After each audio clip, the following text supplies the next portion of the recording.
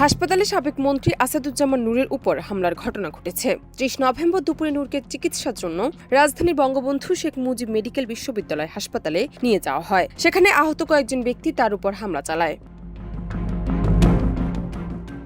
হাসপাতালে আগত প্রত্যক্ষদর্শীদের মাধ্যমে জানা যায়, আসাদুজ্জামান নূরকে চিকিৎসার জন্য দুপুরে হাসপাতালে নিয়ে আসে কারা কর্তৃপক্ষ।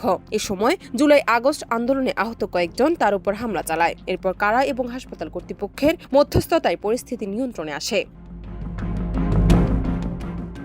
গত ১৬ সেপ্টেম্বর বেইলি রোডের নওরাটন কলোনি থেকে সাবেক সংস্কৃতি মন্ত্রী আসাদুজ্জামান নূরকে গ্রেপ্তার করে কারাগারে পাঠানো হয়। ২০০১ সাল থেকে সংসদে আওয়ামী লীগের প্রতিনিধিত্ব করেন নূর। সর্বশেষ দ্বাদশ জাতীয় সংসদ নির্বাচনে তিনি নীলফামারী ২ আসন থেকে সংসদ সদস্য নির্বাচিত হন। ২০১৩ সালের ৫ জানুয়ারি অনুষ্ঠিত ১০ম জাতীয় সংসদ নির্বাচনে আওয়ামী লীগ নিরঙ্কুশ বিজয়ের পর ২০১৪ সালের ১৩ জানুয়ারি তিনি সংস্কৃতি বিষয়ক মন্ত্রীর দায়িত্ব গ্রহণ করে এবং ২০১৯ সালের ৭ জানুয়ারি পর্যন্ত দায়িত্ব পালন করেন। রাজনীতির পাশাপাশি ১১০টিরও বেশি টেলিভিশন, চলচ্চিত্র ও ধারাবাহিক অভিনয় করেছেন আসাদুজ্জামান নূর।